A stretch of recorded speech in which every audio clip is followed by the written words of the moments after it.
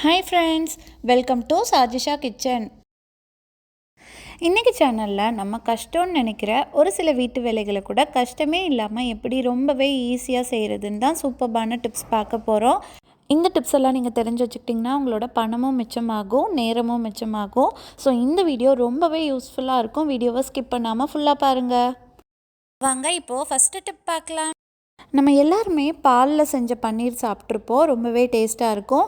இப்போ நம்ம தேங்காய் யூஸ் பண்ணி எப்படி ரொம்பவே டேஸ்டியான பன்னீர் செய்கிறதுன்னு பார்க்கலாம். நான் பார்த்தீங்கன்னா இன்றைக்கி ஒரு முழு தேங்காவை ரெண்டாக கட் பண்ணி அந்த அரை மூடி ஃபுல்லாக துருவி தேங்காய் பூ எடுத்துட்டேன். இப்போது அந்த தேங்காய் பூ பார்த்திங்கன்னா 1 கப் அளவு வந்துச்சு. அந்த தேங்காய் பூவை இப்போ நம்ம மிக்ஸி ஜாரில் ஆட் பண்ணிக்கலாம். இப்போது இது கூடவே நம்ம 3/4 டம்ளர்லேருந்து 1 டம்ளர் வரைக்கும் தண்ணி ஆட் பண்ணி அந்த தேங்காய் பூவை நல்லா பேஸ்ட் மாதிரி அரைச்சி எடுத்துக்கலாம். பாருங்கள், நம்மளோட தேங்காய் பூ இப்போது நல்லா சாஃப்டாக அரைச்சி அந்த தேங்காய் பேஸ்ட்டை நம்ம இப்போது ஒரு கிண்ணத்துக்கு ட்ரான்ஸ்ஃபர் பண்ணிக்கலாம். இப்போது இது கூடவே நான் 1 டேபிள் ஸ்பூன் தயிர் ஆட் பண்ணிக்கிறேன். புளிப்பில்லாத தயிர் ஆட் பண்ணிக்கோங்க. இப்போது எந்த கப்பில் தேங்காய் பூ எடுத்தீங்களோ அதே கப்பில் 3/4 டம்ளர் அரிசி மாவு ஆட் பண்ணிக்கோங்க. நான் இடியப்ப மாவு தான் 3/4 கப் ஆட் பண்ணியிருக்கேன். இப்போது இதுக்கு தேவையான அளவு உப்பு ஆட் பண்ணிவிட்டு ஒரு ஸ்பூன் வச்சு எல்லாத்தையும் நல்லா ஒரு வாட்டி மிக்ஸ் பண்ணி விட்டுக்கலாம். நம்ம எக்ஸ்ட்ரா தண்ணி எதுவும் ஆட் பண்ண வேண்டாம். இந்த அளவுக்கு நல்லா எல்லாத்தையும் மிக்ஸ் பண்ணி விட்டுருங்க.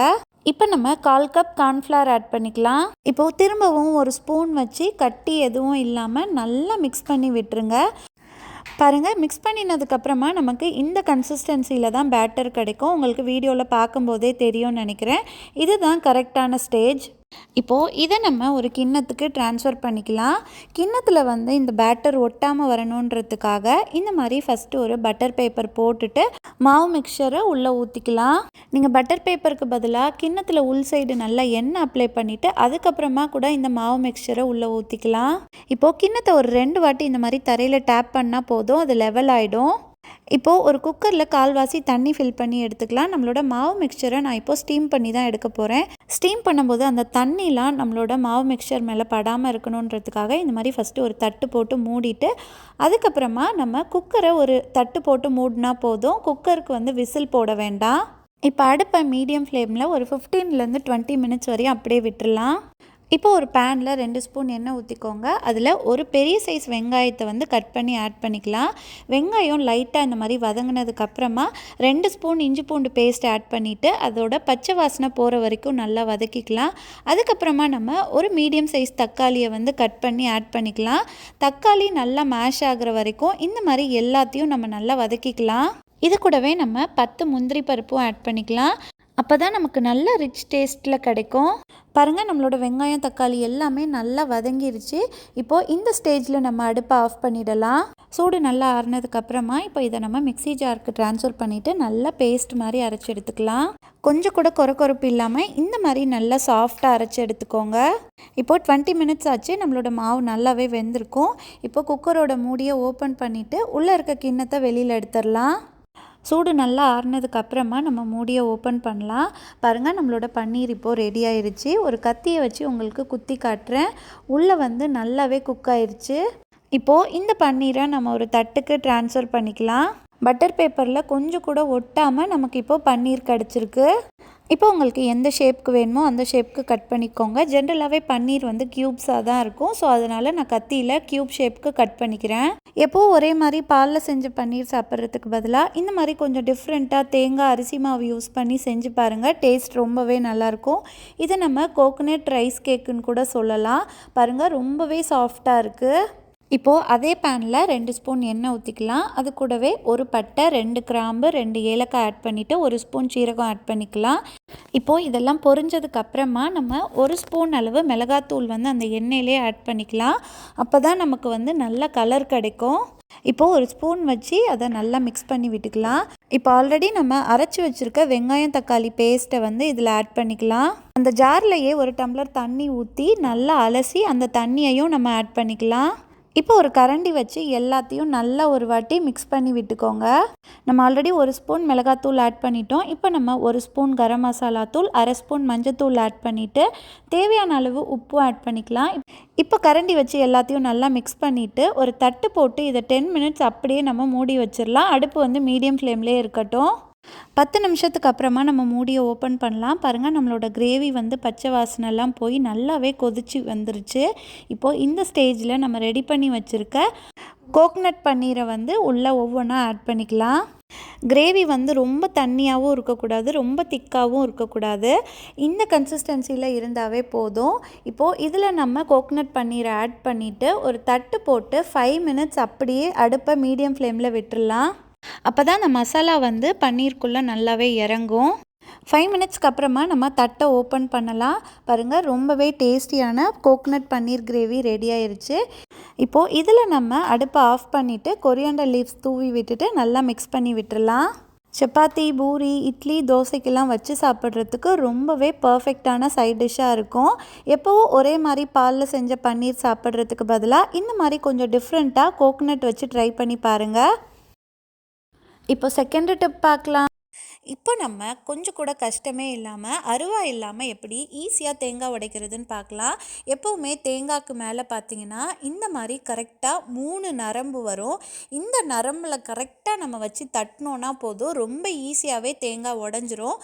தேங்காவை உடைக்கிறதுக்கு முன்னாடி எப்போவுமே இந்த மாதிரி ஒரு அகலமான கிண்ணத்தில் தண்ணி ஃபில் பண்ணி எடுத்துக்கோங்க. அதில் நீங்கள் உடைக்க வேண்டிய தேங்காவை போட்டு வச்சுருங்க. ஒரு 5 நிமிஷம் அந்த தேங்காய் அப்படியே தண்ணியில் இருக்கட்டும். அதுக்கப்புறமா நம்ம எடுத்து தேங்காவை உடைக்கும் போது நம்ம தேங்காவோட ஷெல் வந்து ரொம்ப ஈஸியாகவே உடஞ்சிரும். 5 நிமிஷத்தில் பாருங்கள், நம்மளோட தேங்காய் நல்லாவே ஊறி இருக்குது. இப்போ நம்ம தேங்காவை தண்ணியிலேருந்து வெளியில் எடுத்துடலாம். தேங்காய் கடியில் இந்த மாதிரி ஒரு கிண்ணம் வச்சுக்கலாம். அப்போ தான் உடைக்கும் போது அந்த தண்ணி வேஸ்ட் ஆகாமல் கிண்ணத்தில் கலெக்ட் ஆகும். இப்போ நம்ம தேங்காவை உடைக்கிறதுக்கு இந்த மாதிரி ஒரு ஹார்டான மேஷர் தான் எடுத்திருக்கோம். கரெக்டாக அந்த நரம்பு பகுதியில் இந்த மேஷர் வச்சு சுற்றி சுற்றி தட்டினோன்னா போதும், ரொம்ப ஈஸியாகவே நம்மளோட தேங்காவோட ஷெல் வந்து பிரேக் ஆகிடும். உங்களுக்கு வீடியோவில் பார்க்கும்போதே தெரியும்னு நினைக்கிறேன். 4-5 தட்டிலே அந்த தேங்காய் ஓட்டில் நல்லா வீரல் விட்டுருச்சு. ஃபாரினில் இருக்கிறவங்களுக்குலாம் பார்த்தீங்கன்னா அருவா இல்லாமல் தேங்காய் உடைக்கிறதுக்கு ரொம்பவே கஷ்டமாக இருக்கும். ஸோ நீங்களும் இந்த மாதிரி ஈஸியாக வீட்டில் இருக்க மேஷரை வச்சே தேங்காய் உடைச்சிடலாம். இப்போ அடுத்த டிப் பார்க்கலாம். சம்டைம்ஸ் நம்ம பாதி தேங்காவை யூஸ் பண்ணிவிட்டு மீதி தேங்காய் மூடியை அப்படியே ஃப்ரிட்ஜில் வச்சுருவோம். அந்த மாதிரி நம்ம வைக்கும்போது என்ன ஆகும்னா, அந்த தேங்காய்க்கு மேலே வலுவலுன்னு ஃபார்ம் ஆகிடும். அந்த மாதிரி வராமல் இருக்கிறதுக்காக இந்த மாதிரி மீதம் இருக்க தேங்காய் மூடியில் கொஞ்சமாக உப்பு தூவி விட்டு அதை விரல் வச்சு அந்த தேங்காய் ஃபுல்லாக படுற மாதிரி நல்லா தேய்ச்சி விட்டுருங்க. அதுக்கப்புறமா அந்த தேங்காய் மூடியை நீங்கள் ஃப்ரிட்ஜில் வச்சிங்கன்னா 1 வாரம் ஆனாலுமே அந்த தேங்காய்க்கு மேலே வலுவலுன்னு வராமல் அப்படியே தேங்காய் வந்து ஃப்ரெஷ்ஷாக இருக்கும். இப்போது அடுத்த டிப் பார்க்கலாம். இப்போ நம்ம தேங்காவை ஓட்டிலேருந்து எப்படி ரொம்ப ஈஸியாக கீறி எடுக்கிறதுன்னு பார்க்கலாம். அதுக்காக ஒரு அகலமான கிண்ணத்தில் தண்ணி ஃபில் பண்ணி எடுத்துக்கோங்க. தண்ணி கொதி வந்ததுக்கப்புறமா இந்த ஸ்டீமர் பிளேட்டை நம்ம அதுக்கு மேலே வச்சிடலாம். நீங்கள் ஸ்டீமர் பிளேட்டுக்கு பதிலாக இட்லி பிளேட்டை கூட வைக்கலாம். இந்த ஸ்டீமர் பிளேட்டுக்கு மேலே நம்மளோட தேங்காய் மூடியை வச்சுட்டு ஒரு மூடி போட்டு கரெக்டாக 5 மினிட்ஸ் மட்டும் அடுப்பை மீடியம் ஃப்ளேமில் அப்படியே விட்டுடலாம். 5 மினிட்ஸ்க்கு அப்புறமா நம்ம அடுப்பை ஆஃப் பண்ணிவிட்டு மூடியை ஓப்பன் பண்ணிடலாம். இப்போது அந்த தேங்காவோட சூடு குறைஞ்சதுக்கு அப்புறமா லைட்டாக வெதுன்னு இருக்கும்போதே நம்ம தேங்காய் மூடியை எடுத்துக்கலாம். இப்போது இந்த மாதிரி ஒரு கரண்டியோட பேக் சைடு வச்சு நீங்கள் ஈஸியாகவே கீரல் போட்டுடலாம். கீரல் போட்டதுக்கப்புறம் பார்த்தீங்கன்னா அந்த தேங்காய் வந்து ஓட்டிலேருந்து ரொம்ப ஈஸியாகவே ரிமூவ் ஆகி வந்துடும். உங்களுக்கு வீடியோவில் பார்க்கும்போதே தெரியும்னு நினைக்கிறேன். நான் கீரல் போட்டதுக்கப்புறமா அந்த ஹேண்டில் வச்சு எடுத்து காமிக்கிறேன். ரொம்ப ஈஸியாகவே நம்மளோட தேங்காய் வந்து அந்த ஓட்டிலேருந்து ரிமூவ் ஆகி வந்துருச்சு.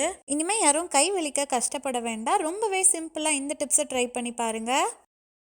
இப்போ 5th டிப் பார்க்கலாம். தேங்காவை ஓட்டிலேருந்து எடுத்ததுக்கப்புறமா மிக்ஸி யூஸ் பண்ணாமல் எப்படி ரொம்பவே ஈஸியாக தேங்காய் பூ ரெடி பண்ணுறதுன்னு பார்க்கலாம். அதுக்காக நான் இன்றைக்கி இந்த கேரட் துருவி தான் எடுத்திருக்கேன். இப்போ இந்த கேரட் துருவியில் வச்சு நம்ம அந்த தேங்காவை மேலேருந்து கீழே வரைக்கும் தேய்ச்சோன்னாவே போதும், ரொம்ப ஈஸியாகவே நமக்கு தேங்காய் பூ கிடச்சிரும். கரண்ட் இல்லாத டைமில் டக்குன்னு உங்களுக்கு தேங்காய் பூ வேணும்னா இந்த டிப்ஸை ட்ரை பண்ணி பாருங்கள். ரொம்பவே ஈஸியாக நீங்கள் தேங்காய் பூ ரெடி பண்ணிடலாம். உங்களோட கரண்ட் பில்லும் மிச்சமாகும், நேரமும் மிச்சமாகும்.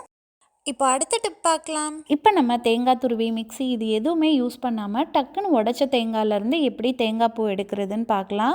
ஜஸ்ட்டு ஒரு ஃபோக் எடுத்துக்கோங்க. ஃபோக் எடுத்துகிட்டு இந்த மாதிரி தேங்காயில் இந்த மாதிரி கீறி விட்டிங்கனாவே போதும், ரொம்ப ஈஸியாகவே உங்களுக்கு தேங்காய் பூ வந்துடும். பாருங்கள், உங்களுக்கு வீடியோவில் பார்க்கும்போதே தெரியும்னு நினைக்கிறேன். நமக்கு 4-5 வாட்டி கீறினாவே போதும், நமக்கு தேங்காய் பூ வந்து ரொம்ப ஈஸியாகவே கிடச்சிரும். பொரியலுக்கு, சட்னிக்கெலாம் கூட நீங்கள் இந்த மாதிரி டக்குன்னு கரண்ட் இல்லாத நேரத்தில் இல்லை துருவி யூஸ் பண்ணுற டைம் இல்லாத நேரத்துலலாம் டக்குன்னு தேங்காய் பூ எடுத்து யூஸ் பண்ணிக்கலாம். இந்த டிப்ஸ் ரொம்பவே யூஸ்ஃபுல்லாக இருக்கும். ட்ரை பண்ணி பாருங்கள். இப்போ அடுத்த டிப் பார்க்கலாம். இப்போ நம்ம தேங்காவோட சிரட்டை எடுத்துக்கலாம். இப்போ அந்த கொட்டாச்சியிலேருந்து நல்லா மெல்லிஸாக ஸ்ட்ராங்காக இருக்கிற மாதிரி ஒரு நாரை பிச்சு எடுத்துக்கலாம். பாருங்கள், நான் இந்த அளவுக்கு ஹைட்டில் தான் நார் பிச்சு எடுத்திருக்கேன். இப்போ அந்த நாரை இந்த மாதிரி மடித்து விட்டுக்கலாம். அதாவது நமக்கு ஒரு லூப் மாதிரி கிடைக்கும். இப்போ ஒரு ஊக்கு எடுத்துக்கோங்க. அந்த ஊக்கோட ஹெட் போர்ஷனில் நம்ம தேங்காய் நார் வச்சு ரெடி பண்ணின லூப்பை இந்த மாதிரி வச்சுக்கலாம். இப்போ ஒரு செல்லோ டேப் வச்சு அந்த தேங்காய் நாரையும் ஊக்கையும் நல்லா டைட்டாக இந்த மாதிரி ஒட்டி விட்டுட்டிங்கன்னா போதும். அந்த தேங்காய் நார் வந்து ஊக்கோட நல்லாவே ஃபிக்ஸ் ஆகிடும். செல்லோ டேப் வச்சு ஒட்டினதுக்கப்புறமா நம்மளோட ஊக்கு வந்து பார்க்குறதுக்கு இந்த மாதிரி தான் இருக்கும். நிறைய பேர் பார்த்திங்கன்னா ஊசியில் நூல் கோர்க்கிறதுக்கு ரொம்பவே கஷ்டப்படுவாங்க. இன்றைக்கி நம்ம ரொம்பவே ஈஸியாக ஒரே நொடியில் தான் ஊசியில் நூல் கோர்க்க போகிறோம். ஊசி எடுத்துக்கோங்க. இப்போ அந்த தேங்காய் நார் லூப்பை வந்து கரெக்டாக அந்த ஊசியில் இருக்க ஹோல்குள்ளே இன்சர்ட் பண்ணிடுங்க. உங்களோட ஊசியோட ஹோல் எவ்வளோ சின்னதாக இருந்தாலும் தேங்காய் நார் மெல்லிஸாக இருக்கிறதுனால ரொம்ப ஈஸியாகவே உள்ளே போயிடும். இப்போ அந்த தேங்காய் நாரோட லூப் பார்த்திங்கன்னா நல்லாவே பெருசாக இருக்கும். அதுக்குள்ளே நம்மளோட நூலை ரொம்ப ஈஸியாகவே இந்த மாதிரி ஃபஸ்ட்டு கொஞ்சமாக இன்சர்ட் பண்ணிக்கலாம். அதுக்கப்புறமா அந்த ஊசியை இந்த மாதிரி கொஞ்சம் கொஞ்சமாக பின் சைடாக இழுத்துட்டு வந்தீங்கன்னா போதும். ரொம்ப ஈஸியாகவே அந்த நூல் வந்து ஊசிக்கு வந்துடும். பாருங்கள், ஒரே நொடியில் நம்ம ஊசியில் நூல் கோர்த்துட்டோம். ஊசி நூல் யூஸ் பண்ணி முடித்ததுக்கப்புறமா அந்த ஊசியை இந்த மாதிரி நூல் கண்டிலே குத்தி வச்சுருங்க. அப்போ தான் ஊசி மிஸ் ஆகாமல் இருக்கும்.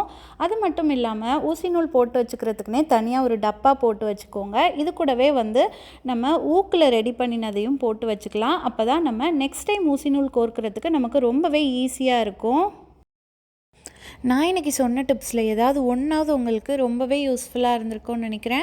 இந்த வீடியோ உங்களுக்கு பிடிச்சிருந்துச்சுன்னா வீடியோ லைக் பண்ணுங்கள். உங்கள் ஃப்ரெண்ட்ஸ் அண்ட் ஃபேமிலி மெம்பர்ஸ்க்கும் ஷேர் பண்ணுங்கள். மறக்காமல் நம்ம சேனல் சஜிஷா கிச்சனையும் சப்ஸ்கிரைப் பண்ணிவிடுங்க. அப்போ தான் நான் போடுற புது வீடியோஸோட நோட்டிஃபிகேஷன் உடனே உங்களுக்கு வரும். இதே மாதிரி நிறைய kitchen tips, home tips and reuse ideas videos நம்மளோட சேனலில் இருக்குது. அதோட லிங்க் நான் உங்களுக்கு டிஸ்கிரிப்ஷனில் தரேன். உங்களுக்கு டைம் இருந்துச்சுன்னா அதையும் பார்த்து என்ஜாய் பண்ணுங்கள். இன்னும் வேறு என்னெல்லாம் டிப்ஸ் வேணுங்கிறதையும் எனக்கு கமெண்ட்ஸில் சொல்லுங்கள். நான் நெக்ஸ்ட் வீடியோவில் அப்லோட் பண்ணுறேன். இவ்வளோ நேரம் பொறுமையாக வீடியோ ஃபுல்லாக பார்த்ததுக்கு தேங்க்யூ ஃப்ரெண்ட்ஸ். அடுத்து ஒரு சூப்பர்பான வீடியோவில் மீட் பண்ணலாம். டாட்டா.